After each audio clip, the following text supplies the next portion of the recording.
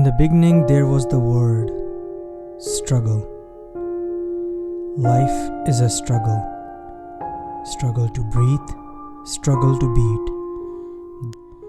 The million tiny red globules suspended, coursing through our veins. The ebbs and flows. When I was a little kid, I remember seeing this little ant making its way out of a glass pot. It hung on the precipice, clawing, quivering, clinging for dear life. For below lay death, a vast sea of water. I wanted to help it, but my dad stopped me. Let it be. Let it struggle, for if it makes it, it will come out stronger. But what if it shall fail, I asked. Then it dies, he replied. Yes, death. We all die at the end. It's a battle, a struggle. When I was in college, I didn't do well. Math and physics were a struggle. Mom said, "You don't understand. You don't study hard enough." But I did. Funny how people close to you are so oblivious of your struggles. I failed my exams. Mom was depressed. Dad, well, he was devastated.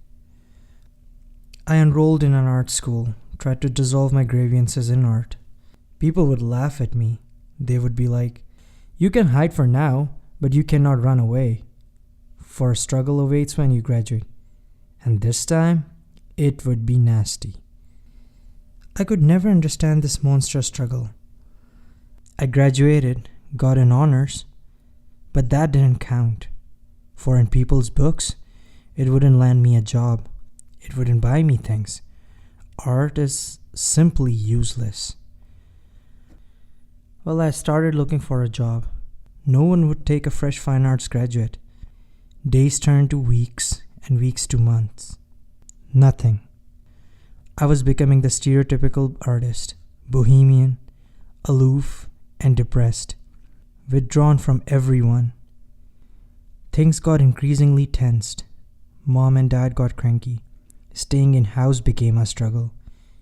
We would always end up fighting and arguing. It was taking a toll on everyone.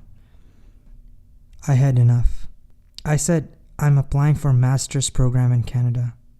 Mom was skeptic. And Dad? Well, he was plain angry. But what else was there to do? At that moment, I felt like that ant in that pot, quivering, clawing for dear life. The next 4 months went by in haste, waiting, preparing for Canada. And on August 10th, I waved goodbye to my parents at the airport. There was some sadness, some apprehension, and some relief. 15 hours later, I landed in Regina, a small town with slow pace of life. It was cold here and super snowy. As a kid, I used to love snow, but this was too much. Its beauty turned sour, especially when I had to take 20-minute walks to the nearest bus stop every morning.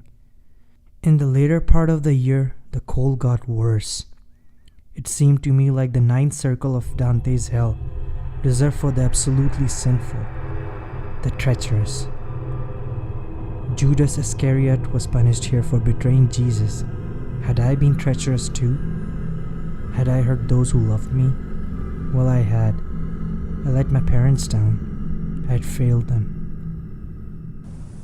The coldness of the place started to get to me. Winter sickness kicked in. I started showing symptoms of depression and anxiety.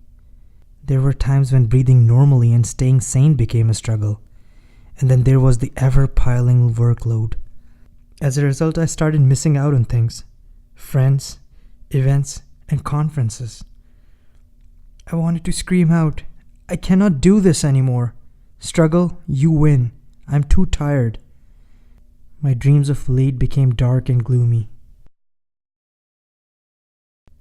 Once in a dream, I saw some force pushing my finger to a needle. I tried to keep up, but it kept on increasing, and in the back I could hear someone say, "Keep working hard. Don't let it win. Struggle." Bead sweats formed on my palm and my forehead. And then I heard it, an ominous voice from the shadows. You will fail.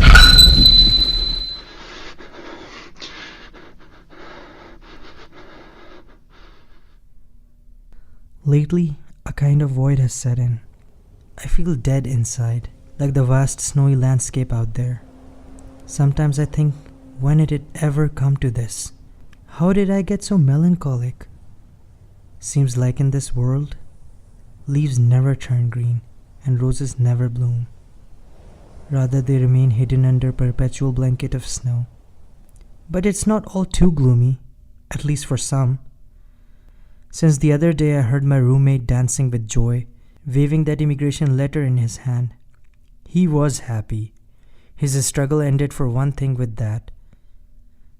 But as for me, it continues. Struggle to graduate, and then struggle to immigrate. It reminds me of making my way, step by step, through those big mounds of snow in those early mornings. I know I am ranting, venting out my thoughts, my anger and my struggles. And if I have anything to show for them, it is this monologue, this artifact that was made possible after days, months of bleeding and being bruised in this war against struggle. As if finally somewhere up there, a muse has nodded in approval. In the recesses of my heart she speaks. Here it is, your compensation, your story of struggles, born out of your sweat and blood. Go now and share it with the world.